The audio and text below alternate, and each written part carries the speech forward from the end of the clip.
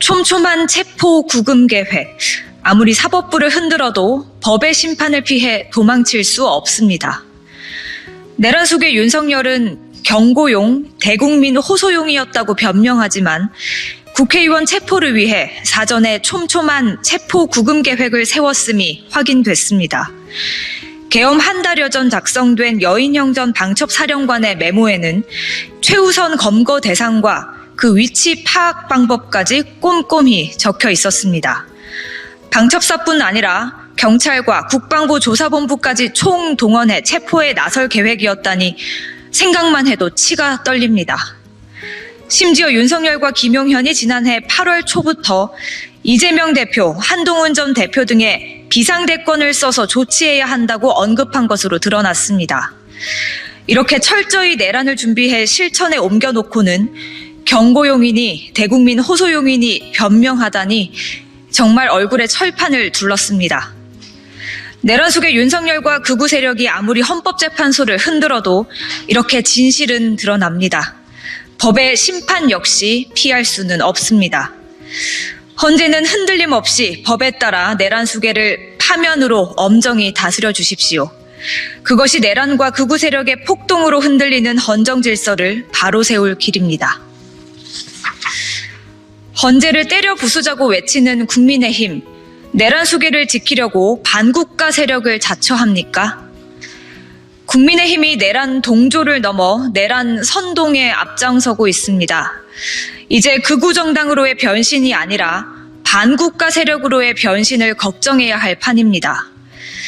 헌법기관인 헌법재판소를 때려 부수자고 외친 서천호 의원과 이를 옹호하는 국민의힘은 히틀러의 광기에 취한 나치당을 떠올리게 합니다.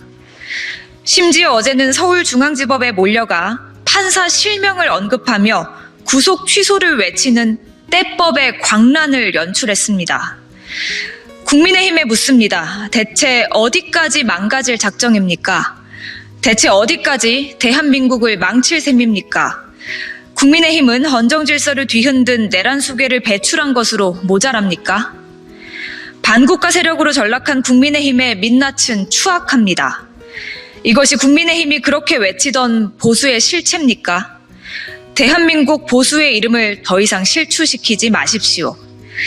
국민의힘이 제 아무리 발악해도 탄핵 인용이라는 예정된 미래를 바꿀 수는 없습니다.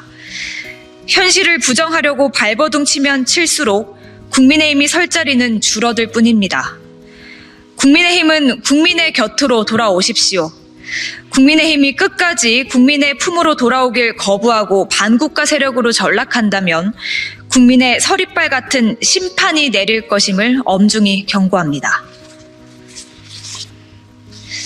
윤석열, 김용현, 노상원 세 사람의 연결고리를 철저히 밝혀내야 합니다. 지난해 12월 4일 김용현 전 국방부 장관이 내란 속에 윤석열과 함께 있던 자리에서 노상원 전 정보사령관과 통화한 것으로 드러났습니다. 김용현이 윤석열과 함께 있던 자리에서 민간인인 노상원과 수차례 통화한 이유가 무엇입니까? 당시는 국회에 계엄 해제 요구한 의결 직후로 계엄군 철수를 결정해야 하는 급박한 상황이었습니다. 윤석열, 김용현이 노상원과 국회의 계엄 해제 요구안을 거부하고 2차 계엄을 논의했던 것은 아닌지 의심을 떨치기 어렵습니다. 또한 김용현 측은 노상원의 계엄 연루 의혹을 부인하며 특히 윤석열과 전혀 관련 없는 사람이고 윤석열을 전혀 모른다고 주장했습니다. 더 이상 윤석열이 노상원을 몰랐다고 우길 수는 없습니다.